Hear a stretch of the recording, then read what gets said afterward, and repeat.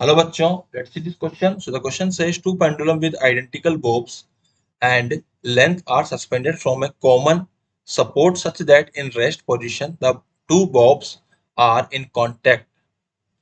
After being displaced by 5 degree, the bob A is released from rest and at t is equal to 0 subsequently it collides elastically head on with the other bob. The graph shown variation the energy of the pendulum A with the time t. For t is greater than equals to 0 less than equals to capital T where t is the time period of the either pendulum. Okay so यहाँ बोला गया है कि key concept क्या होगा. So the key concept is what. So यहाँ बात the graph showing the energy of the pendulum a with time T. So यहाँ पे की कॉन्सेप्ट हमारा क्या रहेगा उसके ऊपर बात करनी. सो सबसे पहले की कॉन्सेप्ट क्या है कि टोटल एनर्जी जो होती है वो होती है half k x square plus half m v square. और इसको सोल्व करने पे हम ये पाएंगे कि जो हमारा k x square plus half m v square होता है इन दोनों का जो सम होता है it is always equal to half k into a square. Okay इसका मतलब टोटल काइनेटिक एनर्जी जो होती है वो हमारी कांस्टेंट होती है. ठीक है वो क्या होती है कांस्टेंट होती है. अब यहाँ पे क्या बोल रहे हैं देखिए यहाँ पे ये बोल रहे हैं कि इस पर्टिकुलर केस के अंदर क्या हो रहा है. इस पर्टिकुलर केस में अगर मैं बात करूं यहाँ पे तो graph showing the variation of the energy of the pendulum a with the time period. तो ए की बात कर रहे हैं ओनली. अब देखो हो क्या रहा है बच्चों ये मेरे पास में ए है ये मेरे पास में क्या है बी है.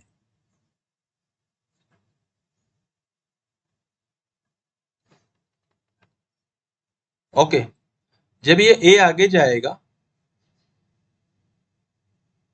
और ये वापस आ जाएगा. ठीक है ए आगे जाएगा वापस आ जाएगा.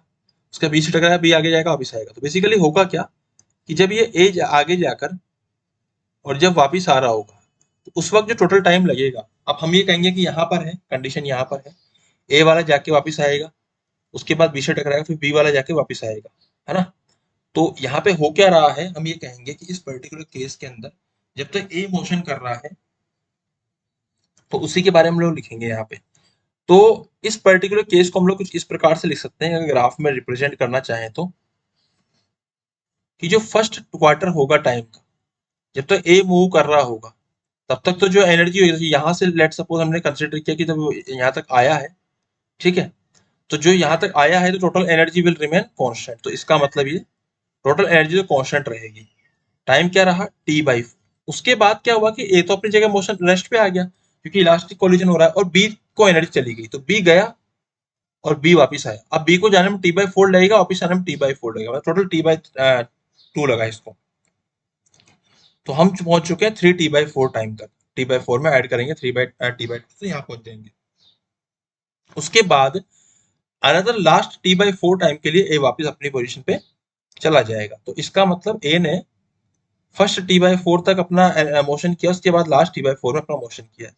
तो जो एनर्जी आएगी वो ऐसी आएगी कि पहले फुल फुल थी उसके बाद फुल थी क्योंकि हम सिर्फ एक ही एनर्जी की बात कर रहे हैं और वो कांस्टेंट आएगी टोटल एनर्जी क्योंकि टोटल एनर्जी की बात हो रही है. तो it is matching with option number two.